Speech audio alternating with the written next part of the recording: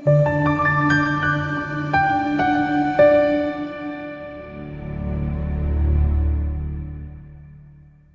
akakulonde ekubusise kuba umusa nempumelelo kuwe kama kupastor ngithanda nyofleke.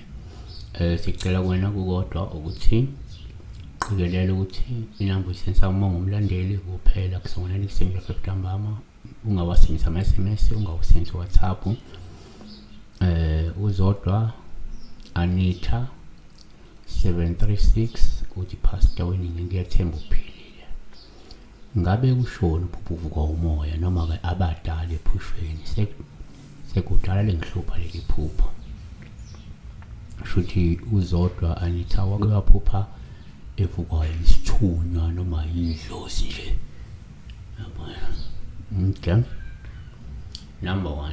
Ngokwesintu uma uphuphuka umoya kuwuphawu oluhluma ukuthi lo moya uyaphakama la kuwe.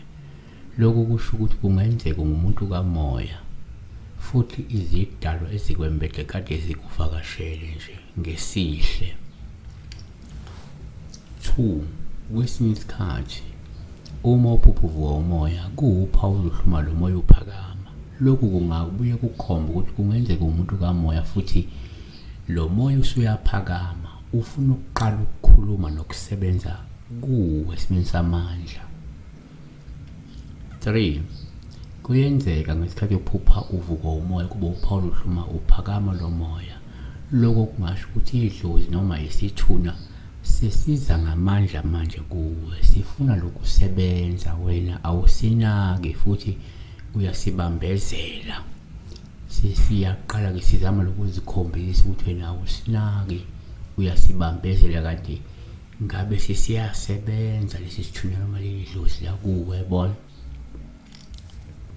4. Futhi ke uma uphupha uvuka umoya kungaba uphawu oluhle nje uma lo moya uphakama, ngoba lokho kungasho ukuthi idlozi liyazithwasisela futhi nalo moya lo okwembethe uyakhula, ngoba kungenzeka zikhona izinto kade uzenza zithinta lemimoya uyilungisa. Ngenzeka wawubuya emfuleni, wawubuya emanzini, ngenzeka wawuzilile wabamba izilo, ngenzeka wawenza i-cleansing ithile, ngenzeka nje wawuvakashela impophoma, uyabona njalo njalo.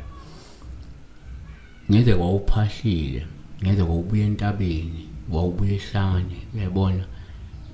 As a part of the process yesithunywa yokuzithwasisela nje, yabona.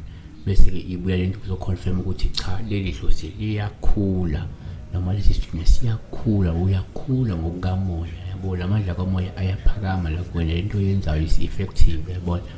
Siyabonga. Siweni